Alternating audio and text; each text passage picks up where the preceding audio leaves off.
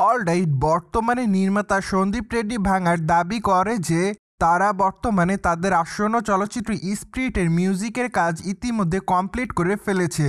তাই তো বলাই বাহুল্য যে চলচ্চিত্রের কাজের অনেক অংশ এগিয়ে নিয়ে ফেলেছে তারা। ফলে অনুমান করা যাচ্ছে যে যথাসময়ের মধ্যে চলচ্চিত্রের শুটিংয়ের কাজটি শুরু করা হবে। কেননা এর আগে অবশ্য চলচ্চিত্র নির্মাতা সন্দীপ রেড্ডি ভাঙার জানিয়েছিলেন যে তারা তাদের আসন্ন চলচ্চিত্র স্পিরিটের শুটিংয়ের কাজ সেপ্টেম্বর মাস থেকে শুরু করার পরিকল্পনা রয়েছে। তাই তো অনুমান করা যাচ্ছে যে সাউথ ইন্ডিয়ান তারকা প্রভাসের যদি সময় থাকে তাহলে অবশ্য সেপ্টেম্বর মাস থেকে চলচ্চিত্রের সম্পূর্ণ শুটিংয়ের কাজে যোগদান করবেন তিনি।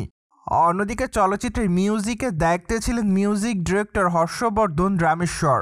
যদিও এই মিউজিক ডিরেক্টরকে এর আগে কাবির সিং এবং অ্যানিমেল চলচ্চিত্রে কাজ করতে দেখা গিয়েছে, তার মানে তো এখানে বলাই বাহুল্য যে তার কাজের স্কিলটা খুবই বড়। সো যাই হোক, এখন শুধুমাত্র অপেক্ষার পালা।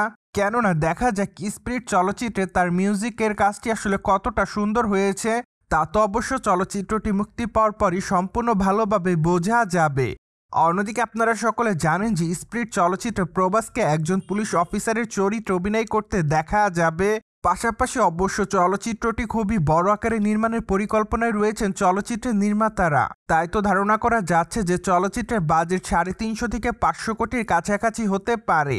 সো যাই হোক, সবকিছু মিলে এইটুকু অনুমান করা যাচ্ছে যে সাউথ ইন্ডিয়ান তারকা প্রভাসকে এবার স্পিরিট চলচ্চিত্রে নতুন এক অবতারে দেখবে তার দর্শকরা। কেননা এই চলচ্চিত্রের শুটিংয়ের কাজ করাকালীন সময় প্রভাস অন্য কোনো চলচ্চিত্রের শুটিংয়ের কাজ করতে পারবে না।